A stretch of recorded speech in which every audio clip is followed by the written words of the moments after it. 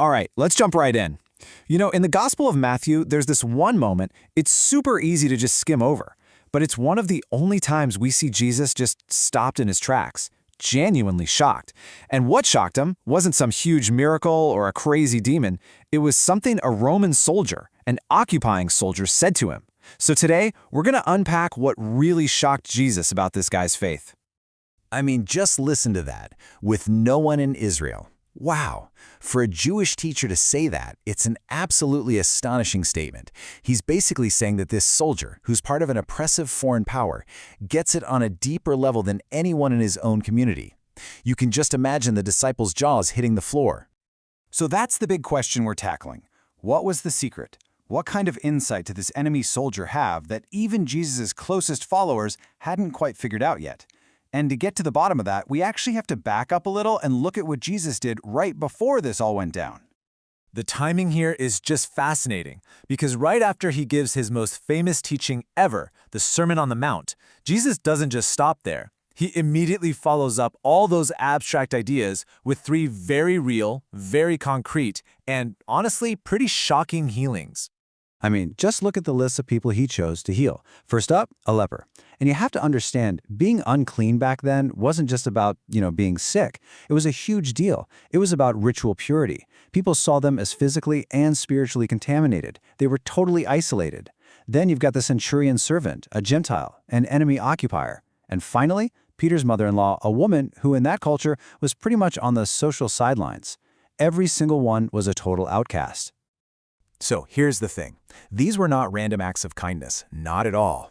Jesus was making a point. He was setting up a very clear, very deliberate pattern. He was systematically reaching out to the exact people that the religious and social rules of the day had shoved to the margins. And you got to ask, why? Why was he doing this? Well, this is where it all starts to click together.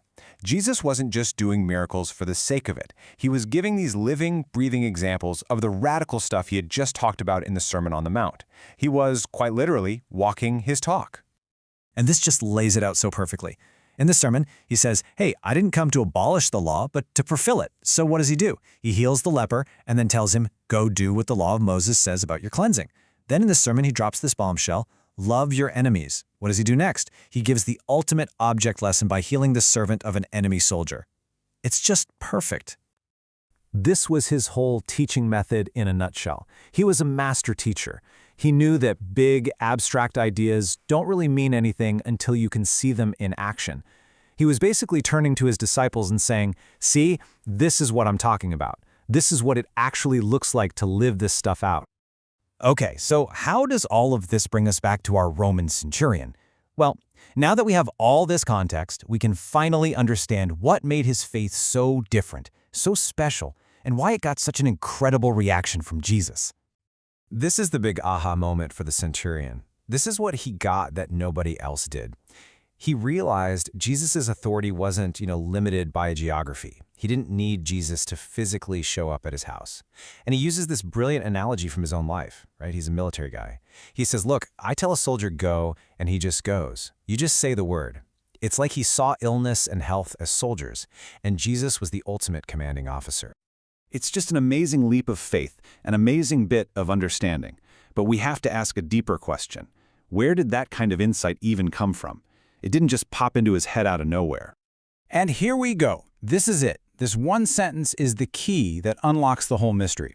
When Jesus offered to go to his house, the centurion hits him with this statement of just profound humility. He instantly saw the massive difference between his own worldly authority and the absolute cosmic authority of Jesus. And the argument is that this one quality, humility, was the bedrock of his spiritual insight.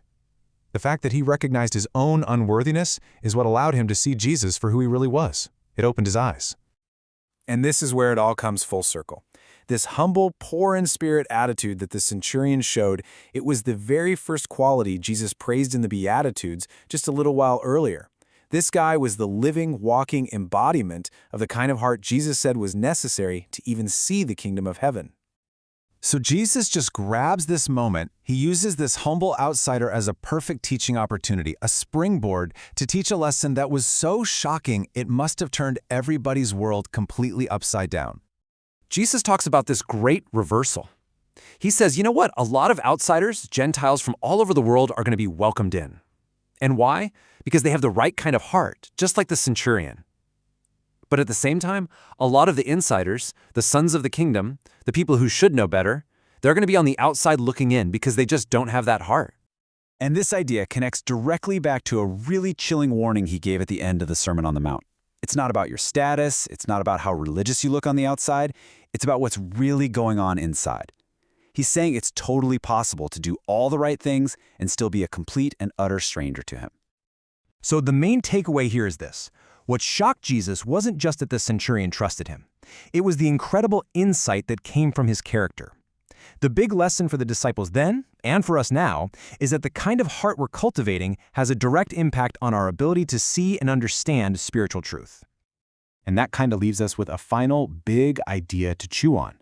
If character traits like humility are really the key to unlocking a deeper spiritual insight, then it makes you stop and ask, what qualities are we building in our own lives? And are they opening us up to true understanding? Or maybe, are they closing us off from it?